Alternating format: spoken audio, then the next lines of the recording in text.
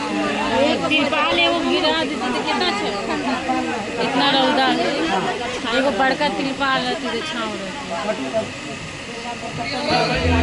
तिरपाल ना हाथे पकड़ लीजिए एक लोटा उठाइए पानी में छुआ के